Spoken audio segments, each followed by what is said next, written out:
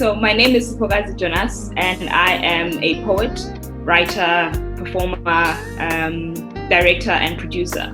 So really, as we know, we say everything is this gig economy is about having many slashes. So that's sort of the different areas in which I work. So really writing and performance in particular, with an oversight of directing and producing. That's how I'd introduce myself. So what did you think of the year 2020? Oh my goodness. Devastating in so many ways, because I think it had such a high start.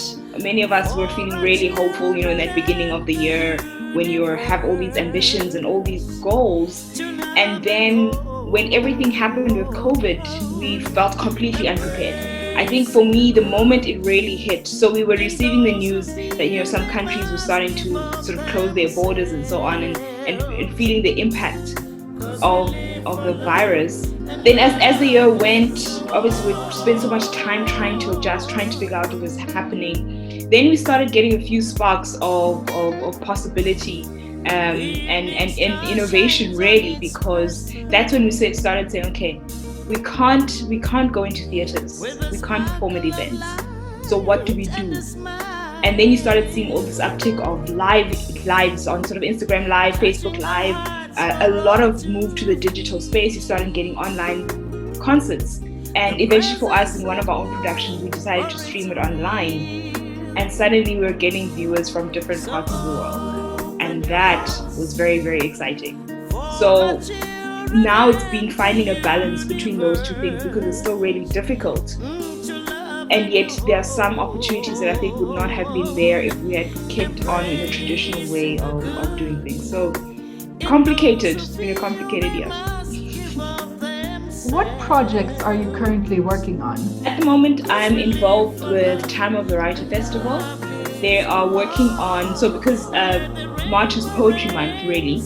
So they're working on putting together a collection or an anthology of poetry. So what we're doing is set out a call where poets can submit poetry about human rights, and then we're going to work through them, curate and find the poems that we'd like to publish, and there'll be a performance at the end of that. So I'm busy working on that festival. I'm also, I teach online. I teach at a school in the US.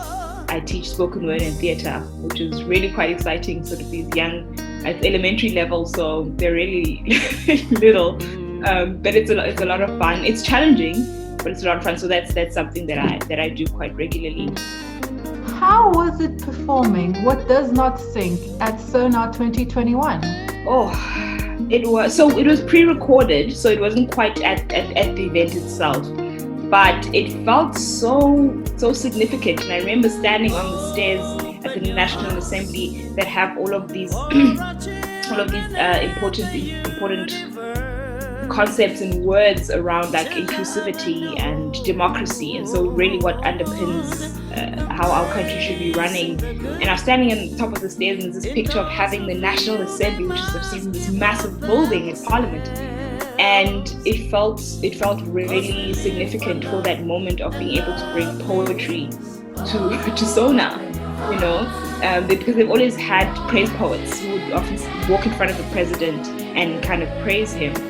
And so this is completely different. This is an opportunity to speak truth to power, to reflect the moment, to speak to South Africa, really, or speak certainly about South Africa.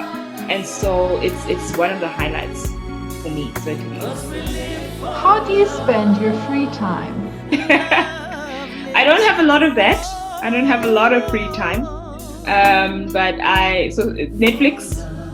Netflix is a good way to unwind, but I love to travel a little bit, so to maybe find some little spot where I can just go to a guest house or an Airbnb and kind of unwind. I love the beach. That's really my favorite. That's my favorite spot. So that's where I love to go. And obviously reading. Although reading is sometimes work for me, it's sort of part of what I do. Yeah, so those are the things that I probably enjoy the most, really to unwind in between work. What are you reading at the moment? At the moment, I'm reading a number of poetry collections, One of my favorite writers is Habiba Bederun, and I'm actually reading all three of her books again. And they are just, as well as James Matthews, one of his collections while he was in prison. So I'm reading South African poets, and more than one, like I'm just reading the different poems at the same time. What are your goals for 2021? I think the main one would probably to make sure that the film that's going to be coming out this year, our hope is that it will travel as far as possible and start the conversations that we've been trying to have through the work of #We're Dying Here around gender-based violence in South Africa. So if I can see that production, that film travel, go to different festivals, be screened in different spaces where the conversation is necessary, that would be really great for me. Which living legend would you like to meet in 2021? So I last year I met Yo-Yo Ma, and the cellist. Yeah. So we were performing at an event where for him, like he had just come because he had a concert in Cape Town, and he had a private event and we performed there. I would love to spend a lot more time with him. I think he's just probably one of the kindest people I've ever met. Genuinely so, it's not sort of put on. Genuinely the kindest, most thoughtful person, and I would love to actually spend time to just hear him talk and speak to him and ask some questions about everything that he's achieved. So if there's a way for me to meet Yo-Yo Ma again, I would love that.